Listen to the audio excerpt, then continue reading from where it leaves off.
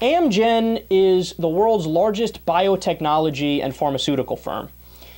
And buried in the fiscal cliff deal on page 632, there was an obscure provision that granted Amgen an additional 2 years to sell a kidney drug, Sensipar, without any government controls whatsoever. So, some people found that, and to somebody who doesn't follow politics, they might think, like, whatever, who cares? Like, what does that mean, right? But listen to this. That provision is going to cost the taxpayer $500 million. So then the question becomes, why was that provision in the bill? And I'm sure if you listen to this program regularly, you already know the answer.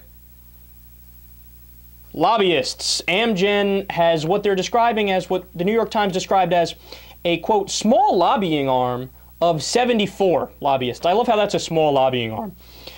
And they fund congressmen, and the congressmen do their bidding. It's as simple as that. So when the senators in the Senate Finance Committee were asked by the media, hey, wait a second, why is this provision in the fiscal cliff bill? You know what their response was? I love this excuse. They said, quote, it's necessary to allow regulators to prepare properly for the coming price change. I don't think I've ever heard anything more bullshitty than that. I mean, it's like they're not even trying to hide how corrupt they are anymore. Why do you need 2 years to prepare for a price change?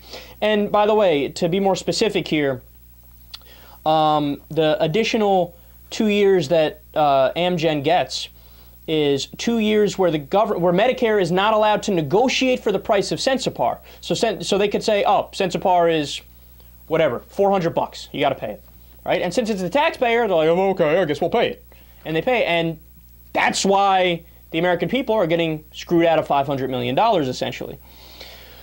So the New York Times asked some congressional aides about this, and they said that Amgen already received a 2-year extension in the past for this drug, and they called this new extension a, quote, unnecessary giveaway. Hear, hear. Truer words have never been spoken. And so when investigators dig deeper into this, they found that Amgen donated $67,750 to Democrat Max Baucus, $59,000 to Republican Orrin Hatch, $73,000 to Mitch McConnell, and $141,000 to, you guessed it, President Barack Obama. Now, why do I tell you this story? I know it's a little bit of a wonky story, right? But I tell you the story because this is 100% indicative of how our government functions. You have the moneyed interests, the corporate powerhouses worth billions of dollars having tremendous amount of influence, lobbying the politicians to put provisions in the bill that do their bidding at the expense of the American people and the American taxpayer and the middle class and the poor. I mean, nobody can hear this story and think, yeah, I like the way this functions. This makes sense. It's open corruption. It's open bribery is what it is.